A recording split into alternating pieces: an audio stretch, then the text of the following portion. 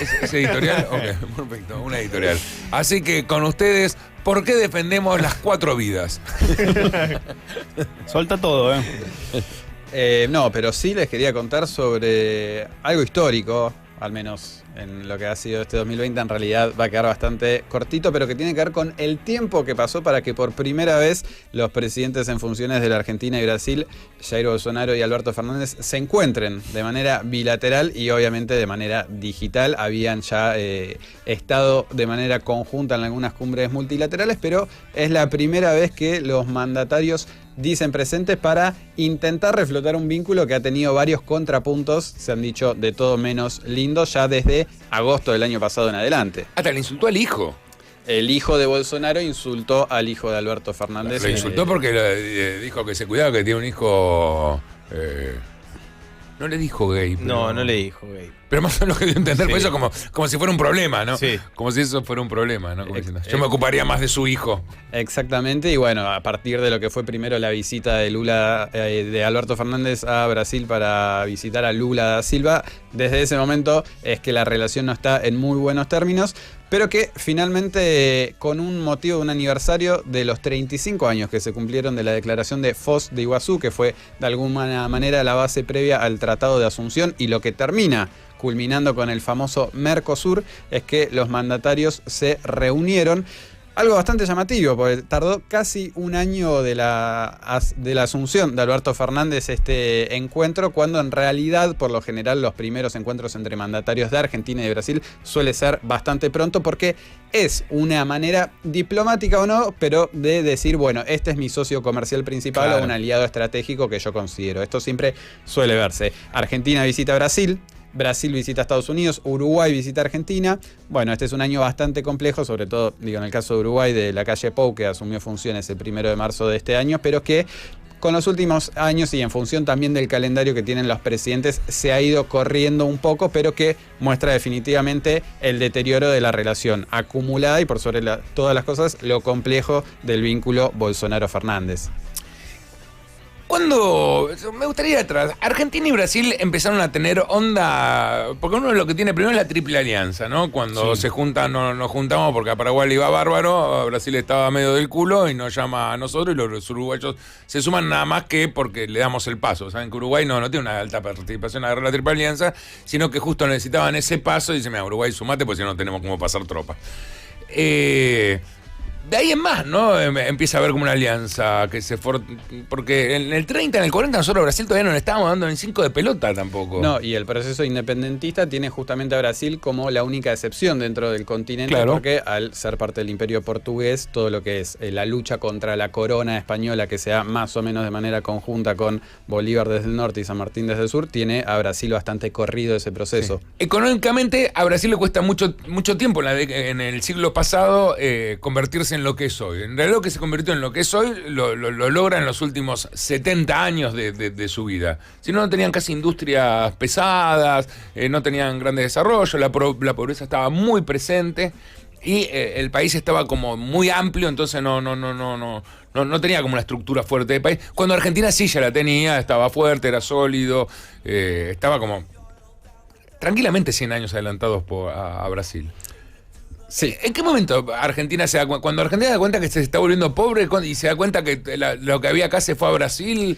Claro, y en buena medida con el éxito económico que tiene el proceso militar en Brasil. Muchas veces cuando se habla de ese 60, 70, 80, ese milagro económico que se da en Brasil, que deja esta, de alguna manera, ambivalencia en la transición democrática, que por un lado tuvo a las Fuerzas Armadas como uno de los coordinadores, así como hablamos en su momento del caso de Chile, si bien son distintos los casos, Brasil, las Fuerzas Armadas siguen teniendo al día de hoy un peso muy relevante, en buena medida por ese éxito. Bolsonaro es el ejemplo. Exactamente, y apoyado por muchos grupos económicos y de poder que están vinculados con las Fuerzas Armadas, y que para el proceso de redemocratización tiene a la figura de Raúl Alfonsín y de José Sarney como los que comienzan a buscar este proceso de integración económico-comercial, por sobre todas las cosas también ante la incapacidad de las oportunidades que ofrecía el mundo. Pero digamos, nuestra relación con Brasil de entender que somos dos potencias del lugar en los 80. Sí, sí. Previo a eso no había como había una cosa que teníamos con los brasileños, pero no más que eso. El vínculo económico-comercial se empieza cada vez a solidificar más desde ese punto y sobre todo se empiezan a forjar estas tendencias de relación económica-comercial en las cuales Brasil siempre se vio bastante más favorecido porque la industrialización y los productos de valor agregado, quizás esto en algún momento el polaco se los haya contado, pero históricamente la relación y el intercambio comercial de Argentina y Brasil tuvo en la industria automotriz un componente fundamental y es también eso lo que explica cómo en estos últimos años y por sobre todas las cosas por la parálisis de la industria argentina y también lógicamente este año con la pandemia es que empieza a haber este deterioro, un déficit en la balanza comercial siempre sostenidamente para la Argentina, es decir, nosotros le vendemos menos de lo que le compramos a, en este caso, el gigante del sur y eso empieza a ser uno de los conductos junto a la falta de eficacia del Mercosur de consolidarse en explicar por qué al día de hoy y desde el año pasado Brasil dejó de ser nuestro socio comercial y pasó a ser China. Claro. Una decisión, ¿no? Como también fue una decisión de Brasil en los comienzos de los 80 decir, ok, nuestro aliado es Estados Unidos y es Europa, ¿no? Y dice, basta, no es la región, sin duda. Exacto, ese es uno y de la los... región decía, no, Estados Unidos no. Brasil sí lo acepta. Ese es uno de los puntos. Quizás bajo la presidencia de Menem y lo que es primero Collor de Mello. Hoy cumpliría años Pugliese. Collor de Mello... ¿Pugliese? Pugliese, sí, seguro.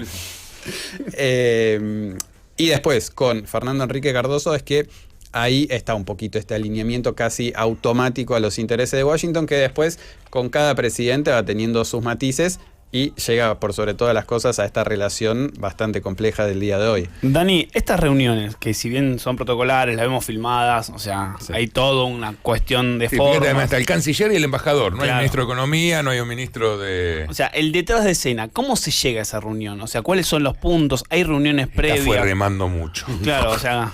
Bajo esta, para poner cara de está todo bien, porque sí, en el fondo hay que limar un montón de cosas, cuestiones emocionales mínimas y también cuestiones mucho más trascendentales. ¿Qué se va a decir? O sea, no son oraciones sueltas. Sí, y sobre todo sobreponerse a estas tendencias presidencialistas y a cómo se puedan llevar dos presidentes que en último término son dos presidentes de turno y que, como decía vos Mario, Argentina y Brasil, con sus dificultades, con algunas deudas pendientes dentro del Mercosur, pero que ha sabido construir una cierta institucionalidad que debería tener. Brasil entiende que no le sirve de nada hundir a Argentina y Argentina entiende que separarse de Brasil para ver si se vuelve en potencia es, por lo menos ahora, imposible.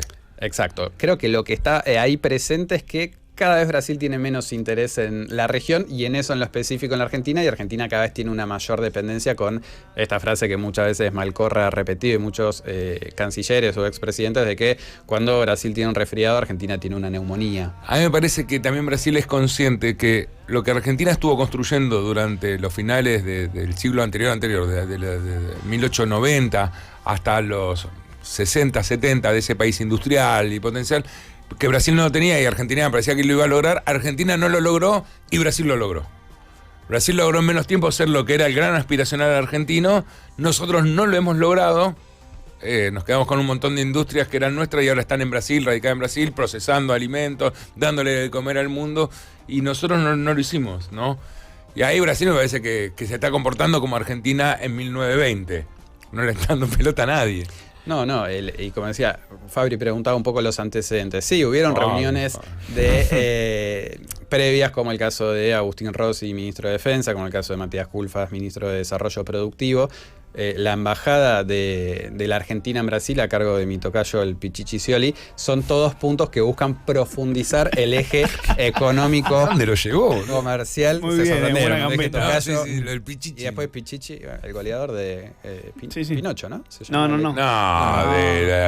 El Pichichi se le dice al goleador de la liga. El equipo. Ya sé, pero a Scioli, que le decían el Pichichi en eso, que él jugaba en... No, en La Rana. Nosotros jugamos, le rompimos el culo cada vez que fuimos a jugar con Kimberley. La ñata. La ñata. Villa La Ñata, puede ser, ¿no? Sí. La cancha tenía ahí en su casa. Sí, literalmente. Tenía figuras, ¿no? Tenía figuras, yo saqué foto ahí cuando iba a jugar con Kimberley. Y ¿sabes lo que hacía él? Él siempre jugaba adelante y algo que lo hacía un montón, le digo, porque lo hacía como técnica de juego. Como se juega sin la prótesis. Sin la prótesis, juega con un pequeño muñón que tiene en la parte de acá del brazo que no tiene, pero le quedó como un pequeño muñón. Y se apoya cuando se va a jugar o cabeza, se apoya en la espalda con esa parte que duele. Es como si te pusieran un codazo. Claro. Lo reusaba eso cuando jugaba. Está bien, una ventaja que tenía. Y siempre estaba ahí pegadito al...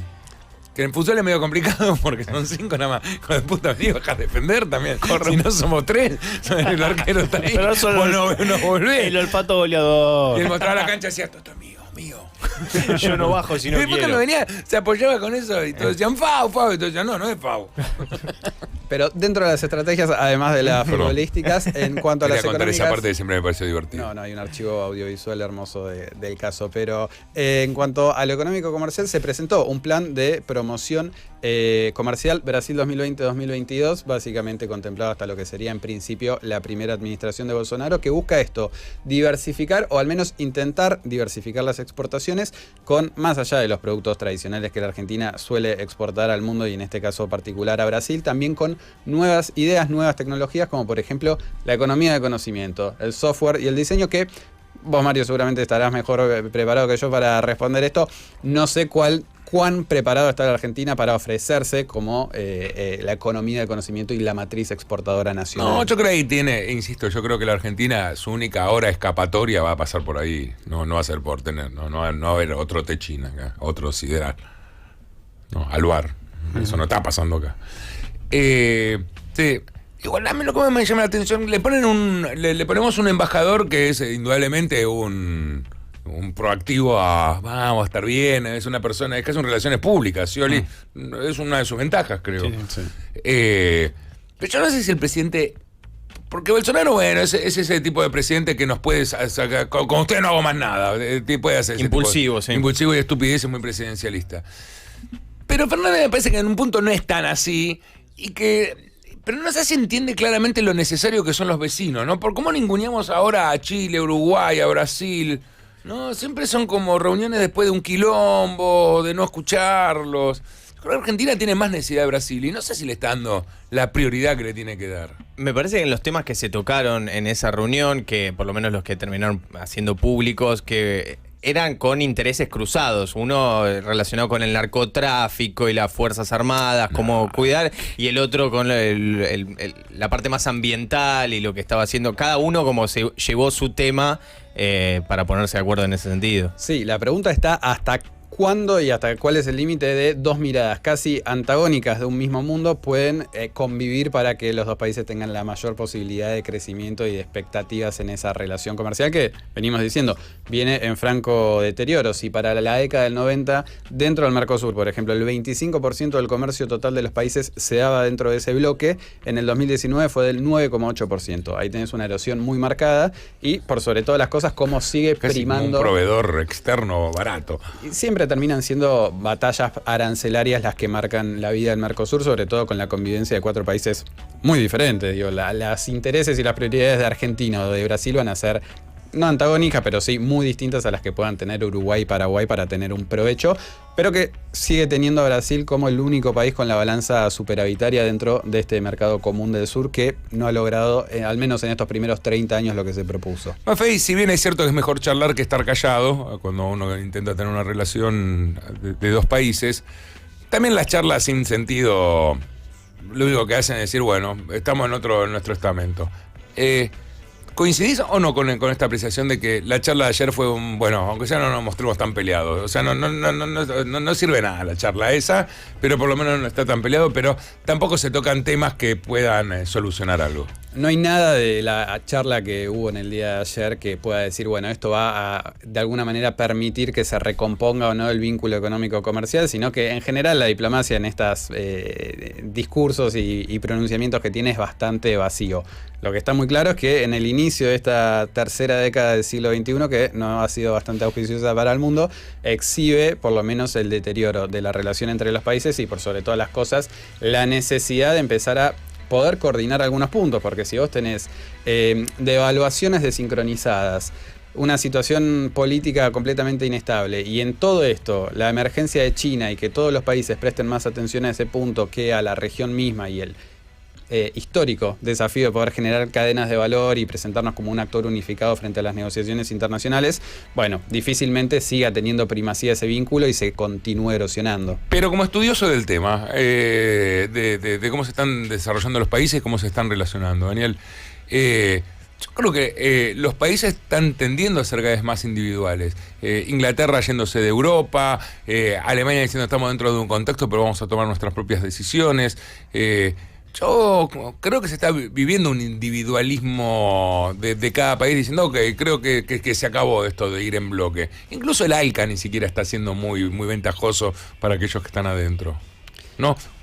Quedó demostrado, con un solo presidente como Trump, que dijo esto no, el ALCA dejó de servir. A pesar de que es mucho más serio que el Mercosur, está firmado, tiene ventajas reales. Chile, toda la Alianza del Pacífico, con un presidente que dice no, se para por 4 años. Sí. A lo mejor ahora vuelve, pero también está demostrado que estos grandes acuerdos no han llevado a cosas perdurables y lógicas, más allá de la Unión Europea, que también tiene sus grandes discusiones y les cuesta a veces encontrar regulaciones de acuerdo a todos. Sí, y que uno creería que es un modelo a seguir, claro, al menos en cuanto a la institucionalidad. Es cierto que la historia reciente de los procesos de integración regional en América Latina, y sobre todo los económicos comerciales, porque después los que son políticos es muy difícil de mesurar cuál es el logro, viste, los que son multidimensionales, que es el caso del Mercosur, pero lo cultural, lo político, lo social, es algo que cómo lo medís en contraposición de lo económico comercial, tenés un número concreto y objetivo. Y en ese sentido es cierto que sí, que América Latina no ha logrado insertarse porque muchas veces los intereses son contrapuestos y por sobre todas las cosas las economías no son complementarias. ¿Crees que, y para ir terminando, crees que Argentina debería volver a tener en Brasil su principal aliado y juntos ir a luchar contra China, Estados Unidos? ¿O no llegó el momento que cada uno vea su destino? No, en términos de reaseguro sería lo ideal. Creo que esa debería ser la política que implemente el gobierno de Alberto Fernández, pero que por sobre todas las cosas, en función de la presencia, el tamaño de Brasil, va a depender también de los intereses que, como siempre ocurre en América Latina, son de los gobiernos de turno.